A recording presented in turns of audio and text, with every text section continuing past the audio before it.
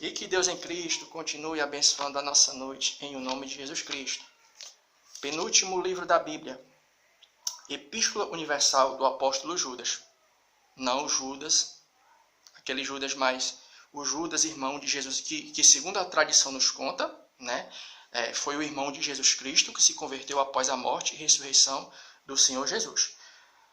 Epístola Universal do Apóstolo Judas, versículo 3, porque ela tem somente um capítulo que diz assim: Amados, procurando eu escrever-vos com toda diligência acerca da comum salvação, tive por necessidade escrever-vos e exortar-vos a batalhar pela fé que uma vez foi dada aos santos. Batalhar pela fé que uma vez foi dada aos santos. Então, o que é que a gente entende? É que quando a pessoa recebe Jesus como único e suficiente Salvador, a sua vida passa a ser palco de um tipo de batalha. Essa batalha vai acontecer, é uma reflexão, em dois campos, no campo material e no campo espiritual. E a gente vai falar e é uma rápida reflexão, né? Mateus, capítulo 5, versículo 10. Mateus, capítulo 5, versículo 10. Primeiro, batalha no campo material. Mateus, capítulo 5, versículo 10, que diz assim: Bem-aventurados os que sofrem perseguição por causa da justiça, porque deles é o reino dos céus. Bem-aventurados sois vós quando vos odiarem, perseguirem, mentindo, disserem todo mal contra vós, por minha causa. Exultai-vos e alegrai-vos, porque é grande o vosso galardão nos céus, porque assim perseguiram os profetas que foram antes de vós. Mateus capítulo 5, do 10 em diante. Então, esse texto bíblico está falando a respeito do quê? Da perseguição que ocorre na vida de alguém que aceita Jesus como único e suficiente Salvador. Aí você diz assim, mas nós vivemos em um país abençoado, né? Onde a gente não passa por uma dificuldade tão grande no que é concernente a questão da pregação do Evangelho. Mas existem países por aí onde a realidade é outra, né? Mas independente disso, mesmo a gente tendo essa liberdade em nosso país, de professarmos uma fé cristã, né? O que é que acontece? Inevitavelmente, aqui você pode passar por algum tipo de perseguição. E esse texto que a gente leu, no capítulo 5 de Mateus, do versículo 10 em diante, está falando da perseguição que acontece no mundo material, né? Essas perseguições que acontecem, né? Rejeições e coisas do tipo. Aí, agora, é que a gente queria chamar mais a tua atenção, que é a batalha que acontece no mundo invisível, né? Porque vai acontecer alguma coisa no mundo visível, mas também no mundo espiritual, no mundo invisível, coisas também podem acontecer. E onde é que a gente vai estar vendo isso? De que maneira essa batalha espiritual acontece? É a batalha que acontece a partir do momento que as forças do mal, as hostes espirituais da maldade, elas passam a investir contra a vida do cristão e da cristã. E de que maneira essa batalha pode acontecer? Primeiro, quando forças espirituais da maldade tentam acrescentar algo à mensagem do Evangelho. Onde é que a gente vai estar vendo isso? Novamente, carta de Paulo aos Gálatas, capítulo 1, versículo 8. Por intermédio do quê? Adição. Carta de Paulo aos Gálatas, capítulo 1, versículo 8. A gente já leu esse texto várias vezes, né? Carta de Paulo aos Gálatas, capítulo 1, versículo 8, que diz assim, ó. Mas ainda que nós mesmos ou um anjo do céu vos anuncie outro evangelho, além do que já vos tenho anunciado, seja anátema, ou seja, maldito. Carta de Paulo aos Gálatas, capítulo 1, versículo 8. Então, o que é que Paulo está dizendo aqui? Né? É que uma das maneiras com que essa batalha no mundo espiritual pode acontecer é quando o inimigo das nossas almas investe contra as nossas vidas. De que maneira? Tentando distorcer a mensagem do Evangelho. De que maneira? Acrescentando coisas que Jesus nunca disse. Nem aqueles que fizeram parte do fundamento da igreja falaram. Então, Paulo vai estar dizendo isso aqui, ó. No capítulo 1, versículo 8 da sua carta aos Gálatas. Ainda que nós mesmos, um anjo, ele vai falar assim, ó. Ainda que nós mesmos, ou seja, alguém que já pregou a mensagem do Evangelho, até mesmo alguém que andou, ele já falou disso aqui, né? Ele estava abrindo um parêntese até para essa probabilidade que podia acontecer, de repente um dos apóstolos apostatarem e virem anunciar outro Evangelho, falando de coisas que Jesus nunca falou. Aí depois ele fala do quê? De fontes oriundas do mundo espiritual. Um anjo vindo do céu, né? Um anjo, algo vindo do mundo espiritual, trazendo outro evangelho. Ou seja, a batalha no mundo espiritual ela pode acontecer por intermédio do quê? Forças espirituais da maldade, acrescentando coisas à mensagem do evangelho, coisas que Jesus nunca falou. E nem aqueles que propagaram a mensagem do evangelho no início da igreja, né? Os fundamentos da igreja, as colunas, os apóstolos, né?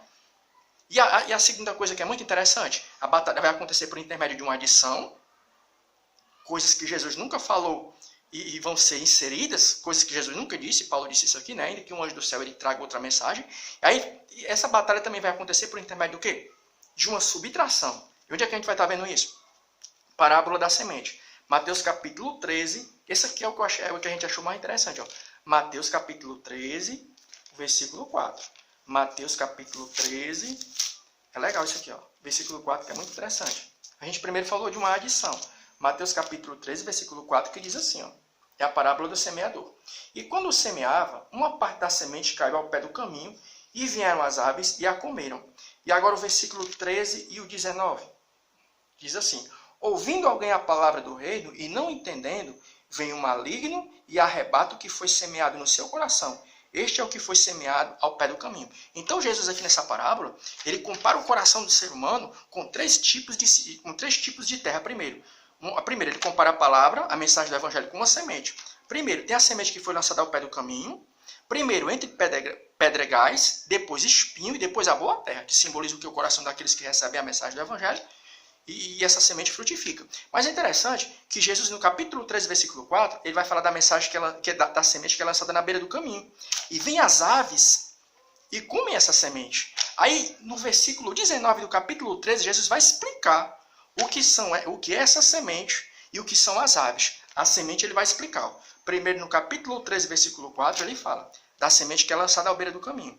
E vêm as aves e comem aquela semente. Aí depois ele vai explicar o que é a semente e o que é as aves no capítulo 13, versículo 19.